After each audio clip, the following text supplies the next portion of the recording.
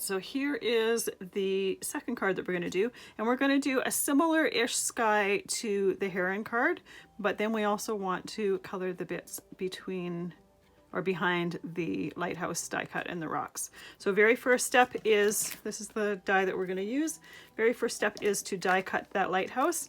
Now when I got this die, I put a line on the back of the die so that I could always make sure that that lighthouse was straight, and I did it by paying attention to where the holes were to judge where to put that line. So I'm trying to center it between the sides of the card and towards the top. Now for this particular card, I made an A2, a 4 1/4 by 5 1/2 inch card. You could also, if you didn't want to put that chair on the bottom, you could do a 4 1/4 by 4 1/4 inch card as well. It works beautiful for either one. And typically I do the smaller square card, but this one I decided to change it up a little bit. So I've got some glitter cardstock here that we're die cutting. It die cuts beautifully. I do run it through a couple times, like I go one way and then the other way, just to give that blade a little bit more of a chance to go through the cardstock. And you can see it cut all the way through. Now there may be the odd bit that isn't cut 100% through, but when I take my cardstock pieces out, I push them towards the back so that if anything isn't quite cut and paper rips, it'll be on the back side of the cardstock and no one will ever know. There's a couple rips in there and there's a couple on the other one, and you never know because this is really, really thick glitter cardstock. I get it at my local store, and there's been the odd time where they have a thin one, but it doesn't always cut properly. So there's a certain thin one that's got a plastic coating to it that it just doesn't cut. So this is the one that they have regularly, and other than the odd time where I have to rip the back to get a piece out, I never have an issue with it. So this is the one I typically get because I know I'll have success, and I know I won't have issues. So you can see, like I just ripped the back there, but this cardstock is so thick, it's thicker than some regular cardstock because of the glitter coating. So I don't mind the issues that I sometimes have to deal with it. And most of them will come out. This particular die cut is a little bit more intricate than a lot of the ones that I typically will die cut with, but I just think it looks really, really pretty with this die cut in the glitter stock. To me, it kind of makes the wavy lines look like the white of the crashing water. And then especially by doing this as a seasonal card, making it a little bit Christmas. This I typically will keep and use it for die cutting smaller little bits. All right, same as the last one, what I'm going to do is line up my piece of watercolor cardstock. I've got them cut the same size. Where did my pencil go? And I'm going to put a line where the top of the water is. I'm going to put a line where the side of my lighthouse is. Oops.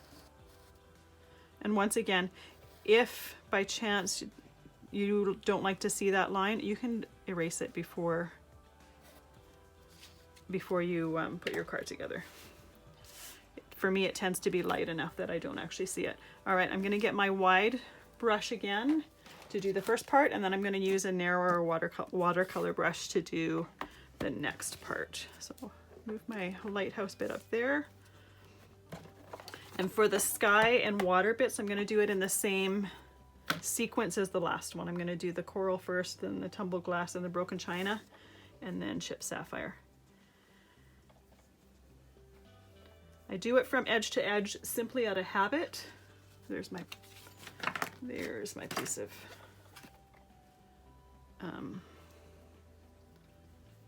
piece of paper towel. I do it edge to edge basically out of habit.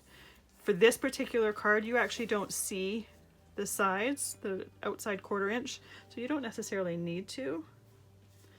So for the sky, I'm not painting through the lighthouse, because if I painted through the lighthouse, you would see the coral and the blue through those windows on the lighthouse. So So I'm stopping at those edges there. There we go.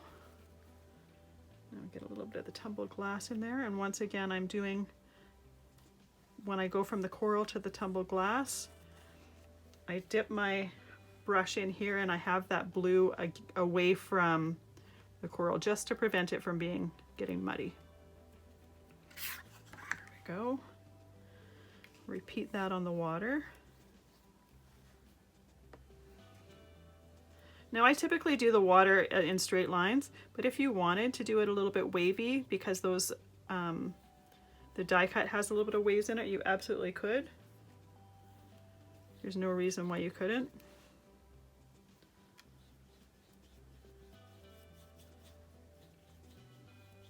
And keep in mind we're not going to see a lot of the bottom part there, so we don't need to do too much there. If you wanted, you could draw your circle so that you knew where it ended. But I typically don't bother. I do try to go a little bit inside my lighthouse there to make sure that I don't have a line of white.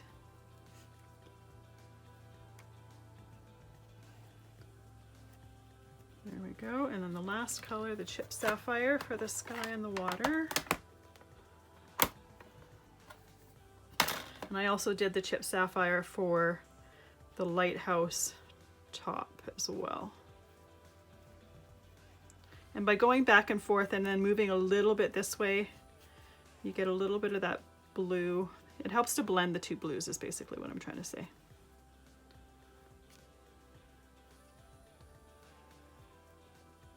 There we go.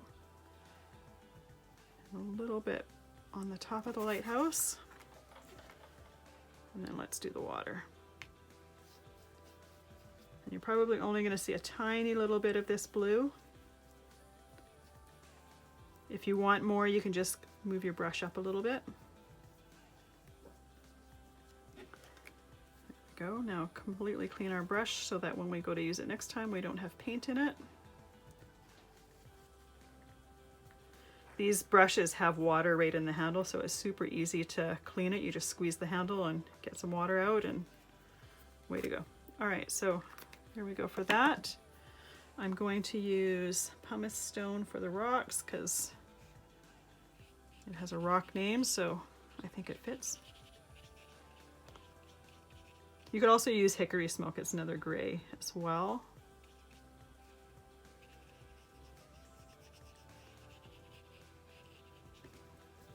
And then clean the brush. And then I'm using some squeezed lemonade, which is just a really bright yellow for the lights in the lighthouse. And I paint pretty much the whole thing. Try to keep a little bit away from that blue. I didn't on this one, and I got some bleeding there, which to me it looks a little bit like light coming out of the windows, but if that's a look that you don't want, then keep aware to stay away from the blue to avoid that.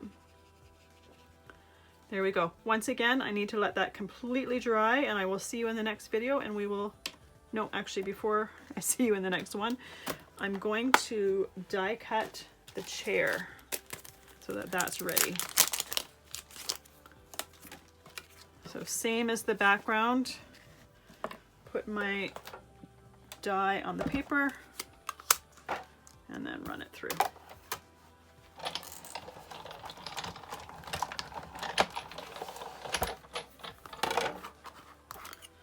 There we go. And then you want to, this one comes out of the die really, really easily. There we go. So now when we go to the next part of the video, this is completely ready for us. I'll see you there.